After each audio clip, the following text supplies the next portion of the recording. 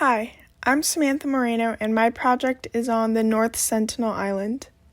Around 60,000 years ago, people from Africa migrated out into various parts of the world, and people who came to be known as the Sentinelese were one of the first groups to do this, having migrated from Little Andaman Island to the south. The North Sentinel Island is an island with a very dangerous tribe living in it, that's isolated from the world.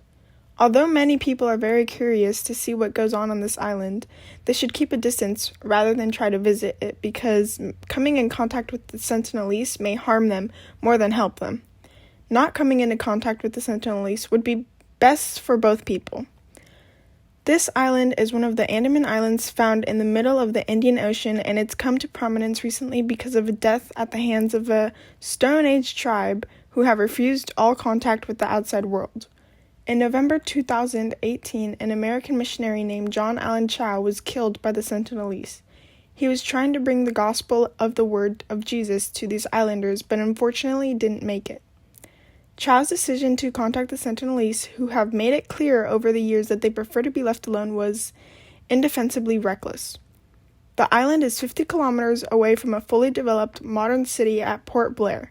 Yet the natives of this island, known as the Sentinelese, have no idea that it's there, and have hardly any grasp of what the modern world around them is at all, having lived on this island for tens of thousands of years now.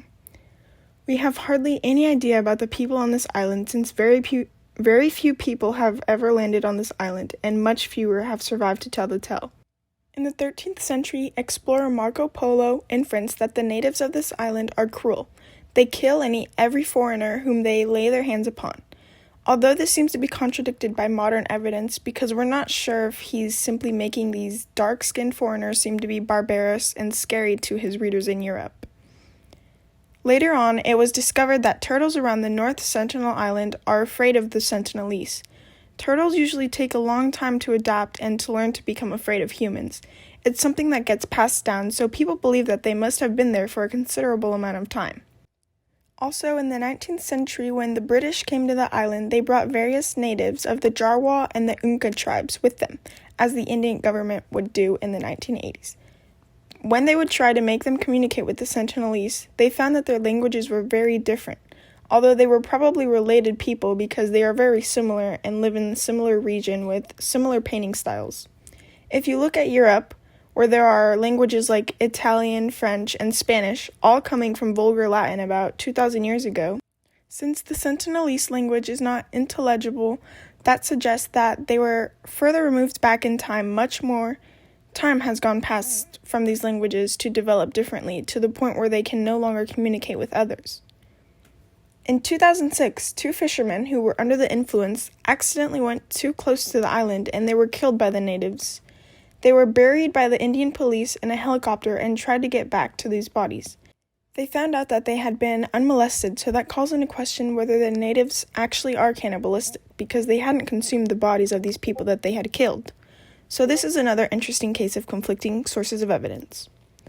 Also, in 1971, the first modern reference to the island was by a British ship. The captain of the British ship had said that he could see many lights on the island, so that indicates that there were fires. But others suggest that they don't actually have the ability to make fire, which contradicts the first modern reference. There was a British expedition in 1880 led by Morris Portman. They went to the island and brought native Jarwa tribesmen with them. He found 6 of the natives that they had led further inland into the jungle, 2 elderly and 4 children. They were brought back to Port Blair, where the 2 elderly people became very sick and died. Then he ended up returning the 4 children. This didn't leave a good impression in the minds of the Sentinelese. Since the natives are considered Stone Age people, they used stone and wood for their tools. But in the 1970s, after the shipwrecks, the natives started using iron tips for their arrows. The shipwrecks had provided a source of iron for them to scavenge, revolutionizing their world. The Sentinel Island went from British possession to an Indian possession. The Indian government decided that they need some type of communication with the natives, so in 1967 they started sending in these expeditions with anthropologists and researchers to try and make friendly contact with the Sentinelese. In 1991, there was one successfully friendly mission where they brought along members of the Anka tribe who were giving them coconuts The sentinelese seemed to like the coconuts and accept them, but they still didn't want unwanted visitors.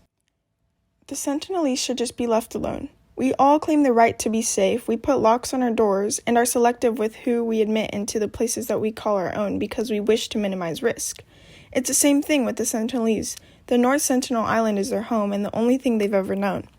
People that keep trying to go there are making it dangerous for themselves and the tribe. If we look at America, there are things like alcohol addiction, cigarettes, and drugs, which have decimated the populations. Disease is a huge factor in why the Indian government stopped doing their visits in 1997 to stop this from happening. John Allen Chow, who was killed for trying to visit their island and convert them to Christianity, could have endangered the lives of all these islanders because of the different germs he carried. Such contact can expose them to deadly pathogens to which they have no immunity. When the two elderly natives went to North America, they got sick and died. Imagine that these people have an immunity level of 50, which means that the viruses that have been developing take over a host and then immunities get stronger. Perhaps the sentinelese have made a wise decision to stay away from the rest of the world. I think it should remain this way if the North Sentinelese people want to continue living in isolation in the way that they've been living for thousands of years, then they should have the right to do that. Despite the modern world, it's not really our place to intrude on them. The Indian government has made it illegal for anyone without proper permission from authorities to visit this island. This law is made to protect the people of the island from extinction, as the tribe would not be immune to common diseases or viruses that people carry. The sentinelese will not be prosecuted or punished for killing non-sentinelese people. Even if the laws are changed, the human rights group and tribal protection organizations will not let people trespass and endanger the tribe or themselves. It's clear that the sentinelese don't want any contact with the outside world. It's a place with primitive and dangerous people who will kill any unwanted visitors. We should just listen when uncontacted people demonstrate that they want to be left alone.